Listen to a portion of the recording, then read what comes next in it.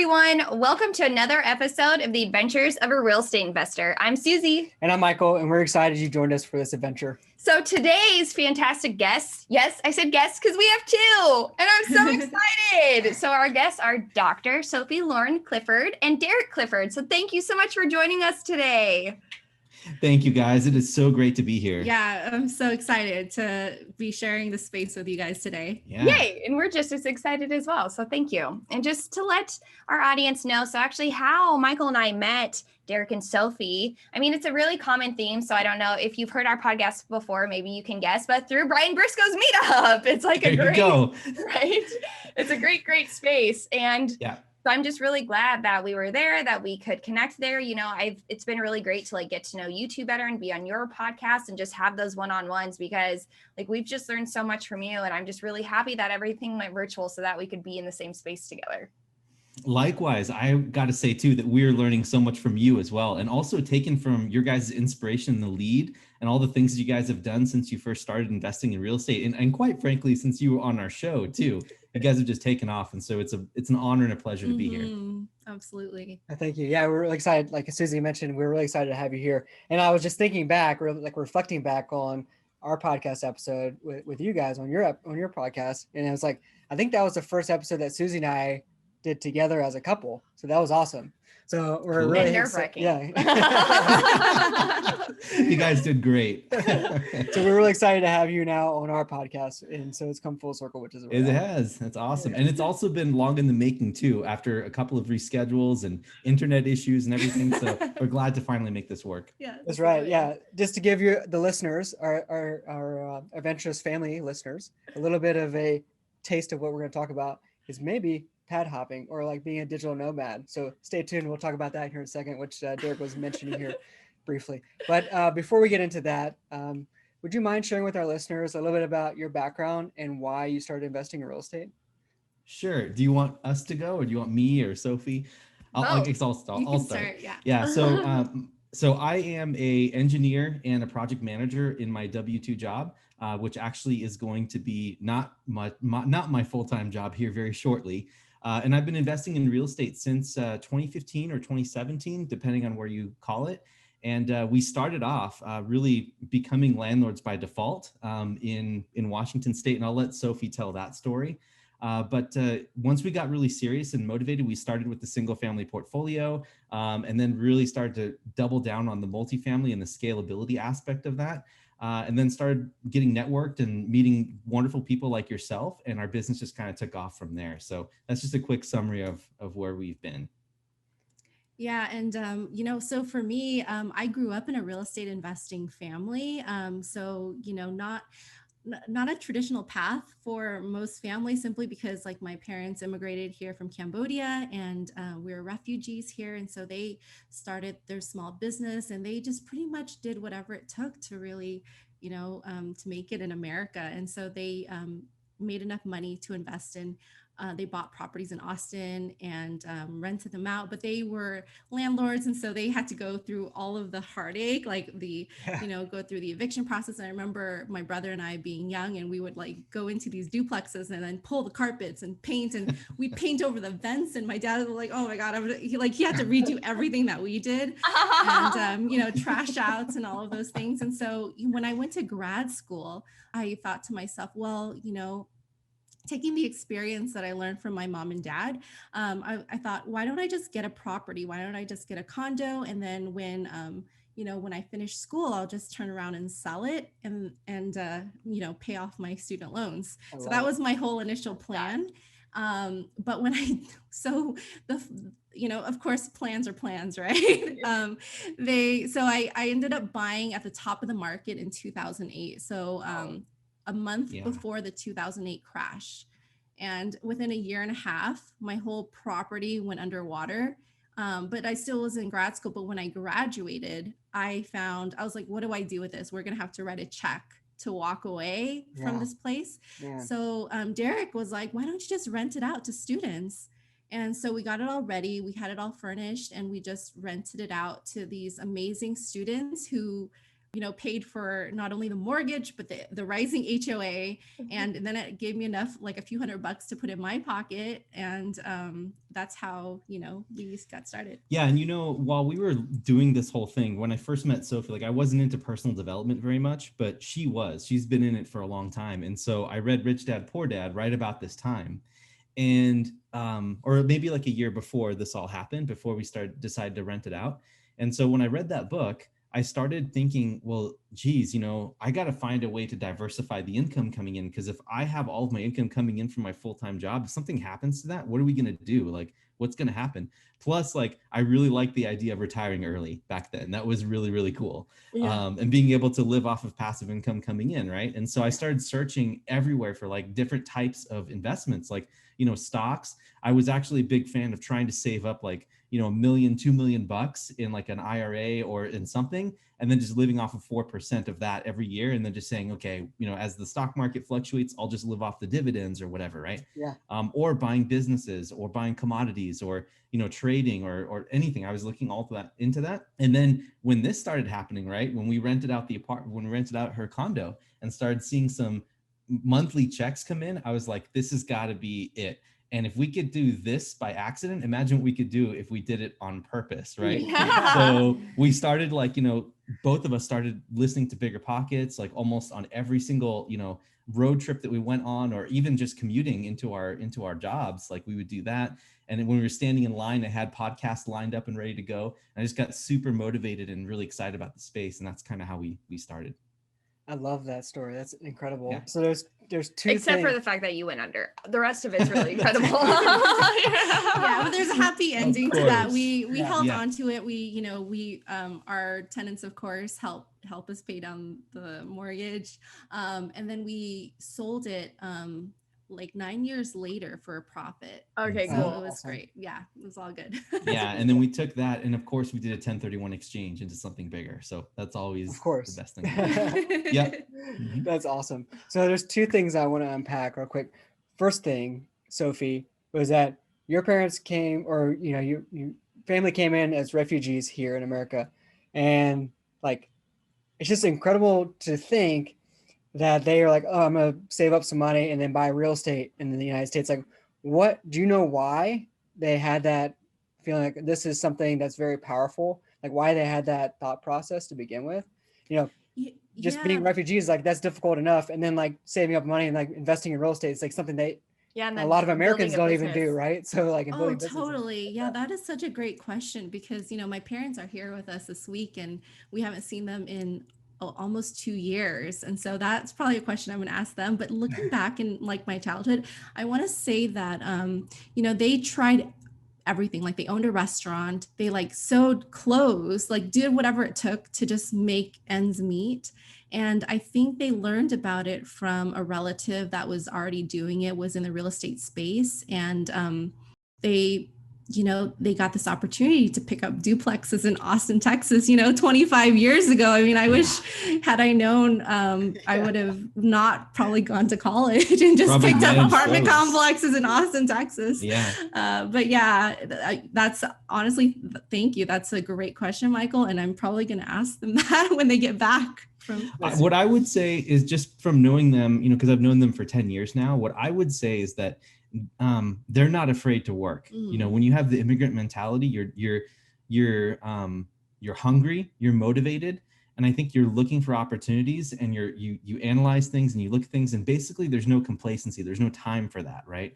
And so I felt like her parents are really hardworking, very clever individuals too, that are really resourceful, and when they see an opportunity, they're willing to jump and make it happen. So I think that's what it did. And they're very entrepreneurial because that's how they ended up like getting their start here. Was they built a restaurant, or they started a restaurant up with the family, and then they started to, get that going. And then they eventually sold the business and made a lot of profit. It was a lot of hard work, and there's a lot of like strain, among the family that resulted from that, because you're working day in and out for many years.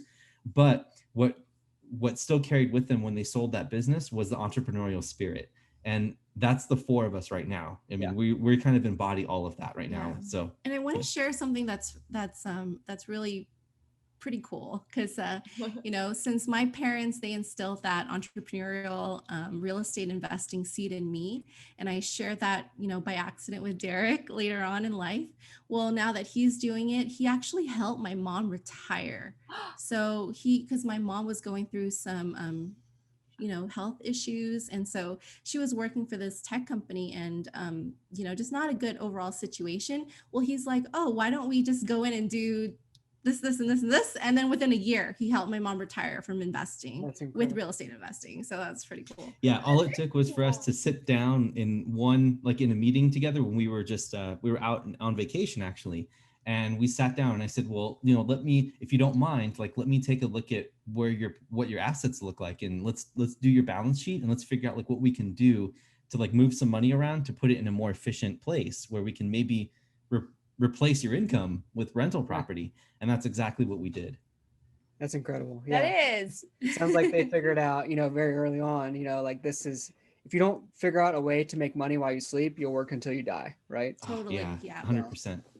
Yeah. And the other question I had, and I know Susie wants to take the floor real quick, but the other question I had real quick, and I think you might have answered this, but I wanted to say, was it Sophie that brought the real estate idea into the relationship, or was it Derek? I mean, Derek, you said that you read Rich Dad Poor Dad, but then Sophie grew up in a real estate investing family. So I don't know, was it a blend of the two, or Yeah, looking back, it's not that clear, but I'm pretty sure it was. There was a conversation or two that happened. I'm pretty sure that we were bouncing ideas off of each other, and I don't remember exactly how that went down. Do you? I think it was, the condo started it all. It was trying to strategize a solution, and I think he just ran with it. I mean, it was like rocket ship. I could only take it so far because I could only do what I knew from growing up, but I never, thought that we could grow this big with it. So yeah, maybe a combination of both. That's awesome. Yeah, I think we kind of feed off of each other's energy. So once we found something that worked, we just kind of kept going with that discussion and just continued going down that route. Yeah. Love it. No, I do too. And I know how it's been doing this all with Michael, but a lot of people, I mean, and you guys are well aware of this too, don't do this with their spouse. There's just a very small pool of us in the cool kids club. But yes, very cool. How is that working for you two? Because Michael and I every couple has their own challenges, right? So doing some of the real estate investing together, how has that been, or even the podcast or any of it? What do you two do specifically that makes it work? Yeah, that's good. Do you want to take this? Well, so yeah, I think for me, so our personalities are very different and I feel like they're very complementary. But for me, I'm very visionary in the sense that I'll have a lot of I'll start off with a lot of gusto and I'm we're going to do this and this and this. And we're going to, and but there's not, he provides the action, he provides the fuel for me because he's the more detail oriented. And I think that in that way it serves our mission going forward because I'll run out of steam really fast. And he's always there to kind of okay, push me up the hill. I like that. Yeah. Exactly. Yeah. No, I think what happens is we're partners in mindset, right? Mm-hmm. Because you guys know that wherever your mindset is, that's where you're going to go. And I think Sophie's also been able to introduce us to a lot of connections. She has a really good eye for marketing. So she's really helping with the visual design of our website and kind of the perspective that we take, and has really helped narrow our focus on who we want to reach out to and who our message goes to. Whereas I'm more into the underwriting and talking to the brokers and that kind of thing.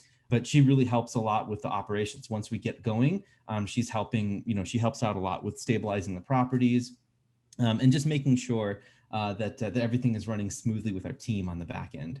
So yeah, that's awesome. And I want to point out a key thing that you said, Derek, and it's your partners in mindset. I feel like a lot of times when couples are doing something separately, especially with real estate investing, where it is, when you move into multifamily commercial real or just commercial real estate in general, it's all about a mindset, and you have to grow and grow and grow to take on these bigger things because you're whatever it is. So when your partner is not a partner in mindset, like you mentioned, right? You're going to be one partner is going to be reading all these books and growing and expanding their mind, while the other partner is just kind of sitting on the sidelines. And then you're going to grow completely apart, right?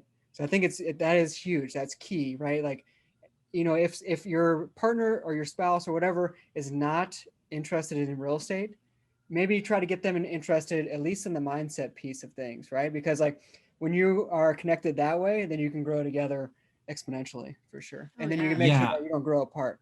100%. One thing that I would say too that's really important for most couples starting out there is to always start on vision. Like make sure you understand where you want to go and go there by design, right? Like, sit down and have the discussion. Where would you like to be in 5 years and 10 years? What would you want to accomplish? What would you want to do?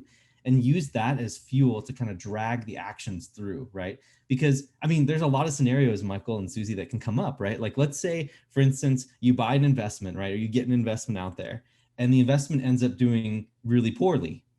Well, if your spouse wasn't with you on the same page from the beginning, how do you think that's going to turn out? Right. On the other hand, if that investment ends up doing really well, right, and you as the successful person wants to take the money and reinvest it, whereas the other partner who wasn't involved or wasn't included looks at this as a windfall and just wants to spend it all, right?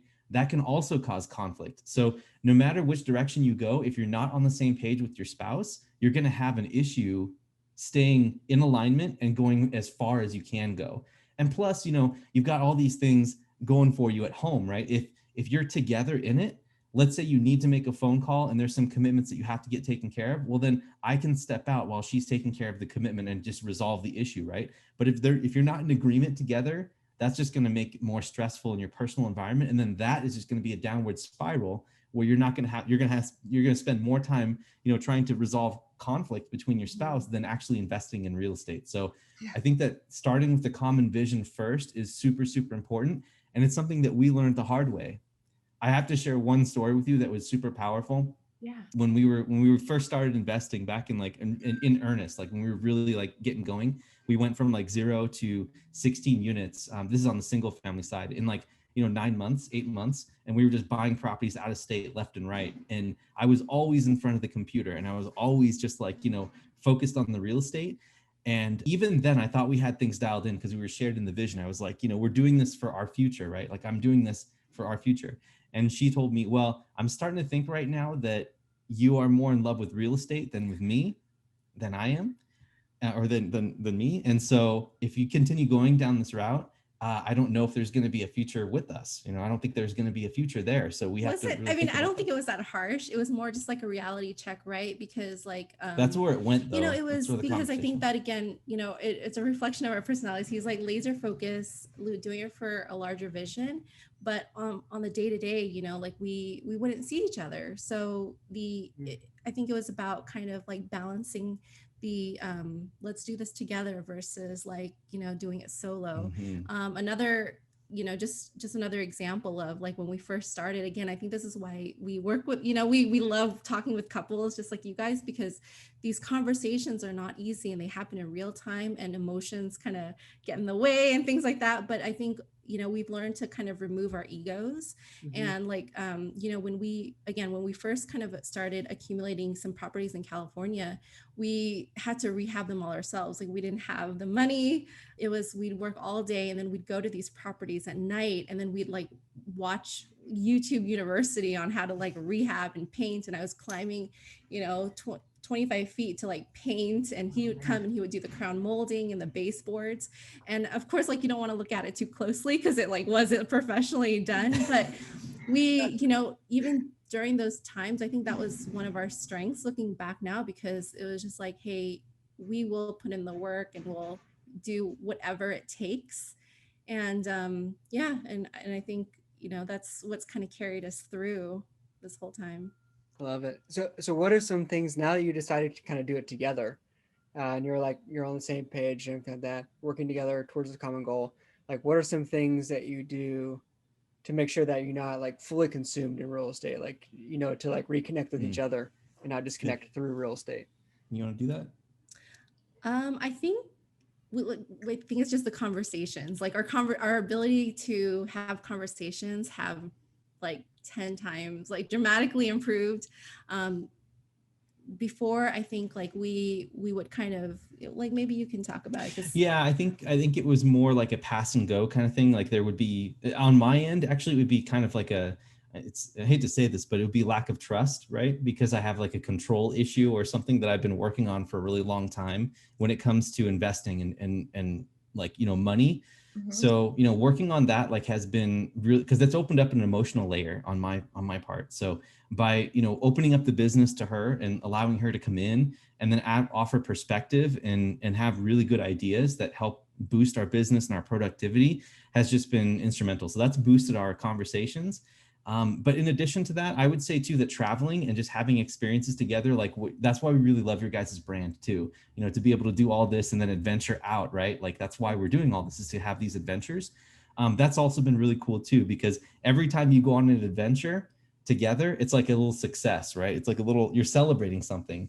And so being able to sit back and reflect and have those conversations while out in a new place is fantastic. And so that's what I would say kind of hold us together there. Yeah. And, when we talk about trust, like it's not I mean, in our marriage, it's like full trust. I think it was more trusting that like I would be able to, come in and add value, right? Yeah. Like add value to, certain things. And because he just felt like it was his responsibility, his sole responsibility to like take on this real estate investing endeavor himself.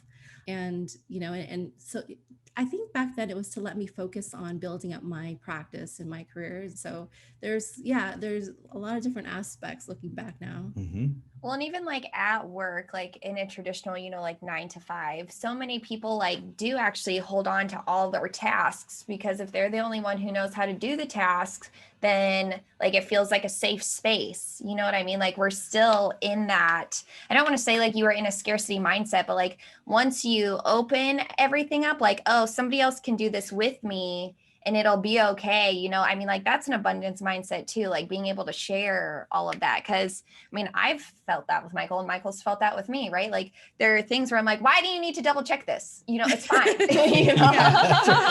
Yeah. At the very beginning, like she's writing a bunch of blog posts to give me an example. Like, and I was like, I need to read these before they get submitted or published. After like the first 5, I was like, nah, I'm good. Yeah, right. We found a different solution, right? Like the other things that could like spell check and things like that. So like, I'm not saying that Susie's a bad speller or anything like that at all. But I'm just saying like we found other tools that would help us, that made me comfortable with just publishing things. By the way, hello live audience. So funny. Yeah. So then, because I know your podcast is like not focused, but you have like, it's about couples investing. So like, how did you decide to get into that space and like help couples do this together and reach financial freedom together? Well, honestly, like I attribute most of the good things in my life to my wife. So I think that, without her, there wouldn't really be an investing. There wouldn't be any of this, because she's introduced me to the mindset piece. She had all the background in the real estate from her family. And then she had the condo too. So I really don't know where I would be without having any of this real estate. And so I think that like doing that, plus, we've been able to grow our relationship together. It just seems like it's the perfect thing. And then also, like, I just saw that it was a niche that's missing. Yeah. Like you guys are definitely the exception, right? Because generally, like whenever you see podcasts out there or you see people that are engaging with audiences, it's always with just the person, like just the one who's doing the active work. Mm-hmm. But there's always someone behind the scenes that's enabling all that to happen, because people have lives. You still have to eat. You still have to go travel. You have family. You have, there's all the stuff that happens behind the scenes. So how you balance all that is the real practical, truly sustainable way to find success in any entrepreneurial endeavor, including real estate investing. So that's why like I'm so passionate about it, because it's just missing out there. It needs to be talked about more, because these conversations about like balancing life, balancing a full-time job, and balancing a real estate investing career, like that never gets talked about. And it's key. It's one of the most important things that helps foster the environment to allow it to grow, which you guys have already done to perfection. So hats off to you. Yeah. We're trying to keep up with you. Okay. So yeah, that's at least why like I was so passionate about it. It's just because of the way that Real estate has been an up and down journey, but in the end, like we're better in every single way because of it, because we were on the same page from the beginning. Yeah, and and to add to that too, I just really am passionate about empowering women, because again, I always ask women on the podcast too, like, what is it that kind of drives you, and also want to dispel that whole myth about it being like an intimidating space, a male dominated space, because I think we need more women to step forward, like especially the wives of the of the kind of the investors that I would hear on the podcast. So I was like, oh, I wonder what where their wives are. And especially because and I'll add to that, like we've been running in circles with a lot of investors, especially GoBundance. So GoBundance is a tribe. Maybe you want to talk a little bit more about that tribe. Yeah, sure. I don't know if you guys know this, but GoBundance is just like a tribe of healthy, wealthy, generous men. And it's just focused on the men, but we really want to expand the conversation to bring the women into it, right? Yeah, and so when I first heard about GoBundance on Bigger Pockets, I was listening to Andrew Cushman, and it was so inspiring. I got obsessed. I was like, what is this GoBundance? And I had to I stayed up all night trying to find what it was. It wasn't like easily accessible, and I was able to talk with someone, and they're like, well, it's only available to men, and you have to have a net worth of $1 million. I'm like, not yet, and then they're like, well, you can not a man not a man yet. But I got one ready. And so then I found, and then they're like, oh, we'll introduce you to this group, but it's not available. It's called March to $1 Million. It's not available for women yet. And it was, and so I had Derek join so I can learn, like kind of behind the scenes. Yeah. But when we started getting introduced to the people in those circles in that group, it was really great because I got to meet their wives and I got to see the women's side. And what was really inspiring was they were all doing it as couples. Oh, yay. Yeah, that was really cool. And just the different roles. And so for me, to answer your question, that's where I learned about the power of couples, and to bring that forward, and to harness the energy of like a solid relationship, a solid business, partnership, and that, you can really have everything, right? Yeah. Accountability partners, cheerleaders, advisor, like it's all wrapped in, and it should be, you should be able to trust your soulmate with your business as well. At least that's what that's my opinion. Yeah. So like, a few years later, he was able to join GoBundance, and now there's a GoBundance Women that just got started. So I just wanted to mention that because we attribute a lot of our success to them. To really. That group. Yeah. Awesome. Mm-hmm. So everyone needs mentors. Yeah, absolutely. That's awesome. And actually I'm going to chat with you guys more offline about this later because I really want to know more about it. Yeah, for sure. Mm-hmm. I've heard a lot about it. I just don't know all the details for sure. But so along that line though, like you said, you met all these couples and the power of couples and things like that. Like, is that kind of where your why, like one of your main whys came about, is like, making an impact with couples? Specifically, I think your goal is to be able to make 1,000 couples or people financially free, right? You want to talk a little bit more about exactly right. Yeah, that's exactly right. I'll just be really brief here, but I just want to say that, like, there's this vision of me being, financially free, right? And not having to, depend on a full-time job, and just being present in the moment and living off of our own metal, basically, like using our own skills to be able to survive, right? I think that that's really empowering, and it gives you a lot of control over what you want to do with your life and how you want to live it. And to me, like, that's one of my deepest core values, is freedom and being able to choose, having options and choices. And by doing it as a couple, that's a whole nother level, right? I mean, obviously, there are single people out there that can achieve it a little easier because you have control of your expenses, but being able to bring someone along with you into that journey and inspire others, that's really like kind of my give back mechanism. Like, I have a lot of financial goals. I have a lot of different type of spiritual goals and everything else, but my give back goal is definitely to be there for 1,000 people and help them retire them from a W-2 job where they may not even know that there's anything different out there, that they can go out and they can actually live off of their own wits and just enjoy the fruits of their labor and invest correctly and invest intelligently so that they can live the life that they really want to and do what they want to do to add value to the universe, essentially. So that's kind of a small piece there of that. I love it. Yeah, I do too. I mean, even when you were talking about it, it's full of passion. And like, that's the greatest part as well, just because like, I think, like we were all born to make an impact. And so like, once we can get away from like just focusing just on survival mode, we can get out of that place, and start to focus on like who we actually even are as people, right? Because like right now we're worker bees, and that's not, I mean, yes, we need worker bees, I guess, to make the world go around, but there's also like more, there's so much more beyond that. And so I'm very thankful that that is definitely like one of your big whys, because that's huge. It really is. I mean, and even from the beginning story, right? Like helping your mother-in-law be able to do that, that's phenomenal within itself. Because like, even from my point of view, like my mom is like a workhorse, right? Like she's a nurse and she's like, oh, I get paid a lot. I'm like, what? You work till 4 a.m. and then you get up at like 4:01 for the next day. What are you talking about?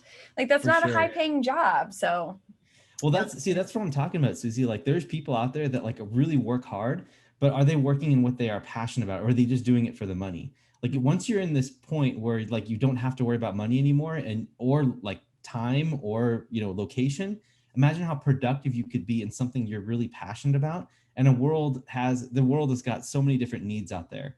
And even if it's volunteering or if it's like building a business that helps make people's lives easier in some way, like that's what I'm trying to do. Like that's kind of the ripple that I want to help take care of the financial and the time part of people's lives so that they can go forward and take their passion and work wherever they want to in something that they care about. So they have that flexibility, right? Yeah, that's awesome. So for our adventurous family, I'm going to tell you something really incredible right now. Derek and Sophie have an amazing podcast and an even better, or just as amazing, YouTube channel. But before they tell you more about that, and before they tell you how to find out more about it, we're going to go through the final 4 questions that we have for you guys. And these are the Adventurous 4. These are 4 exploratory questions we ask every one of our guests. So the first question I have for you all, and this kind of ties into the beginning when I said, the digital nomad and the pad hopping and stuff like that. We're going to get into this a little bit here, I feel like, in these 4 questions. But where is the one place you wish to travel to and why? And that's for each of us, right? Yeah, let's do it. Let's do both. Yeah. Okay. All right. So for me, I've always wanted to, I've been to Japan before, but I've wanted to live in Japan for like months at a time. And that's where I want to be. And I think we're actually within striking distance of doing that. So so I've lived in Japan for 6 months. I studied abroad there and just backpacked around. But exactly. Like I think we're planning it for maybe next year. We'll see. That's awesome. That's very exciting. Before we move to the next question, where are you physically at right now? Right now we are in Reno, Nevada.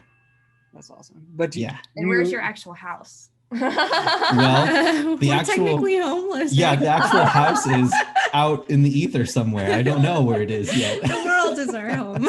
Yeah, so we sold our house in the Bay a couple months ago, and so now we've got Airbnbs basically booked out all the way to October, November-ish.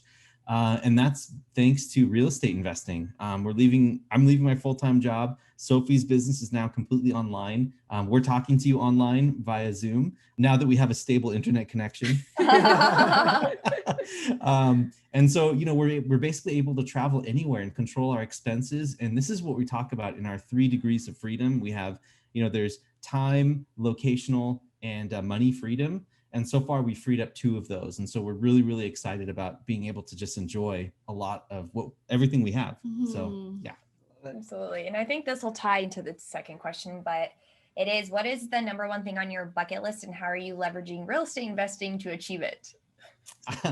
Yes. So the number 1 thing on my bucket list is to take a trip around the world and see the 7 wonders of the world, or basically, I think it's debatable. I think there's like 8 or 9 actually, depending on what list you look at. But I really want to check out all of the wonders in the world, and being able to use real estate investing is one way to help fuel that, both from the time and money perspective. Yeah, and we didn't even talk about this beforehand, but yeah, like the trip around the world, and yeah, that's always been on my mind. And for me, I think we're living it out to some degree, like our bucket list adventure, simply because I never thought that I would be able to have a virtual practice. When I went to school, I thought, okay, I'm going to have to be in one place, brick and mortar, patients and things like that. And now it's just like, wow, the world is open up to the extent where we really can live our lives the way we design it, and we can co-create it together. I love that like whole lifestyle design thing, and then like living your life where it is your bucket list, right? And you're always replenishing things on your bucket list, right? A lot of people, they put everything in this bucket list and then they save it until they're 65 years old to retire, and they actually probably most of the time never get to it, right? Yep. Because either their health or some other issues, right? They weren't wise enough to learn how to make money while you sleep, right? So they're working till they're Yeah. One other thing real quick I wanted to add that's easy for a bucket list. I want to have a business where we live off of 10% of the profits and 90% goes to causes that we want to give to. I love it. Round of applause for you. Yeah, thank you. That's phenomenal. I love that. For sure. I do. So the third question is, what is one piece of advice you have for someone who wants to start passively investing in real estate? Do you want to take that one? I would say, this is a common maybe answer, but just start making mistakes. Like, I love that whole fail forward aspect. It's just like, because I just saw my parents do it and over. And so I think they've instilled that in me, where, you fall flat on your face trying, and then you get up and then you're better the next time. And so, yeah, that's what I would say. I love it. Yeah. And so for me to start passively investing, I would say just get out and start talking with people. Yeah. And on top of that, I would layer it with consistency. So one of the things I attribute to my success in real estate investing was always getting into the office back when we were working in offices as a side hustle. I would always get in an hour early, and I would dedicate that entire hour to doing real estate, no matter what it was. And I would force myself to go there. Even if I didn't have an agenda, it was like part of my daily routine for me to find something to do for that hour to move the needle. So I think consistency is really, really important. Just that that it's part of who you want to become. But before that, it's like the vision, right? But once you have the vision, it's being consistent on what you want. And I talk about that a lot in my book too. So, yeah. And I love that, because people a lot of times are like, I don't have enough time, but you even said like an hour, like you could even do 30 minutes, like a little bit still counts. Mm-hmm. That's right. Even if it's looking on meetup.com and trying to find a meetup where other people are investing, just something to move the needle, right? And doing it consistently, even if it doesn't feel good or you don't know what to do, just sitting down and you're going to figure it out. Like, you'll use that hour to plan out what you're going to do for the next hour. So don't worry about it. Just set that time aside and just keep going with it. Absolutely. So then our fourth and final question, that's our fifth. The question is, if you had unlimited resources available to you, how would you leave an impact? That's a good question. Do you have an answer? Well, this has been something on my since I was young, and he knows, I myself, my family are refugees. I was born in a refugee camp. And so just the opportunities that we've been able to have in the United States, I eventually want to create a foundation, and I want to create sustainable housing, community organization for refugees. That would be what I would do. Another thing that is I just want to share with your audience too, that we were practicing, is something called there's a book called Happy Money, and what we did was basically you take $5-10, however much you want to, and we just took dollar bills and we wrote little notes on them, and we wrote have a wonderful day, you are loved or something. We just put sticky notes on these dollar bills, and we just leave them in random places. Oh, I like that. I know, it was so fun. So we take walks and we just leave in random places. So what I would love to do would be to put $100 bills in random places for people to find with little love notes on them. I like it. I do. That's incredible. Nice doing that. Right? Yeah. That's cool. Got the wheels turning for me, for sure. Yeah. So for me, I think if I had unlimited resources available, obviously I would start up, sort of like an academy, I think, to help teach little kids about financial literacy, and really be a little bit more focused and more intentional on, like, thinking about business and projects, and instead of working, because the traditional school route is something that I kind of have some beef with it right now, the way that it's working out. Right. And so I really want to help curb that, to help encourage people to think a little bit more about adding value to others. And so, I don't really know exactly what that entails, and it's just kind of a vision or kind of a long distance dream for me. But I know that if I had unlimited resources available, I'd be able to hire some people and get that all going ASAP, because we need it right now. Like, there are people that definitely need this. So yeah. I couldn't agree with you more. Yeah, absolutely. Absolutely. That's incredible. Yeah. I love it. Loved all your answers. That's awesome. So thanks, guys. We have you on the podcast. Yeah, definitely. So before we go ahead and wrap up, let's go ahead. I want you to tell the Adventurous family a little bit more about your podcast and your YouTube channel and your book. And both of you, whoever wants to talk about it, go for it. Yeah, for sure. So I'll go first quickly. But yeah, we're called Elevate Equity. We have a podcast called Elevate Your Equity that Sophie and I do together, where we interview couples just like Michael and Susie that are crushing it, and talk about the side that no one really talks about that much, which is what the conversations that happen at home, how people get started, what their special sauce is, and how they are able to translate, their W-2 job into leveraging real estate success. So we really enjoy doing that and talking in a holistic point of view from that point of view with our listeners. We also have our website, elevateequity.org, where we've got a bunch of blogs and free materials out there for people. And then our YouTube channel, which you can also get there, is where we've got all of our podcast recordings over video. And then we also have Saturday streams where we talk about like the basic concepts of how to invest in real estate. And if you want to maybe even build a single family portfolio too, we have all of that there. And then my book is like my life's work so far. Spent about a year like building that, and I built it for people that were literally in the office right next to me, that kept asking me, how do you do all this? Like, how are you able to build all this stuff on the side? So I built a book that's half mindset, half execution. Yay. That touches on the advantages, why you would want to invest in real estate, and also, working with your spouse and how to get your mindset ready, what to expect when investing.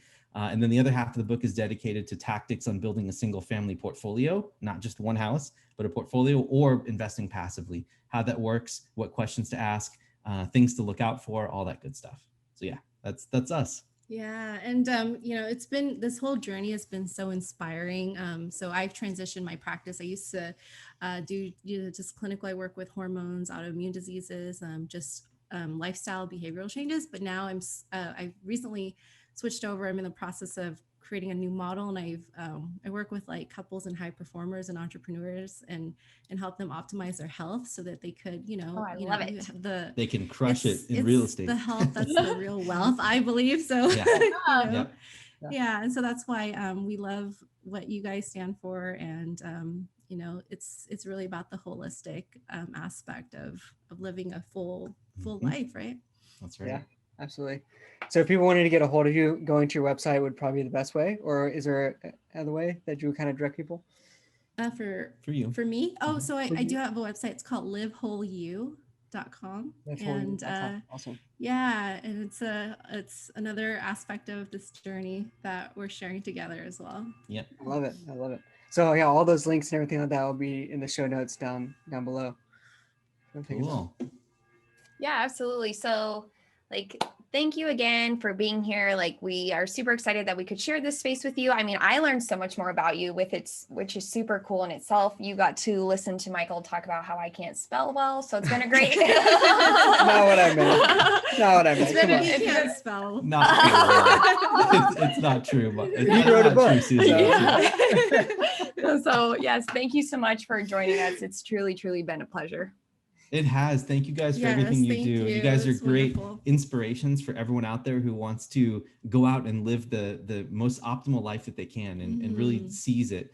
So I really enjoy listening to all your content and talking with you every time. It's always a pleasure. Always. Yeah, absolutely. It's always a pleasure chatting with you, Derek and Sophie. So yeah. Cool. Awesome. Well, thank you so much. And until next time, explore more, adventure awaits. Woo!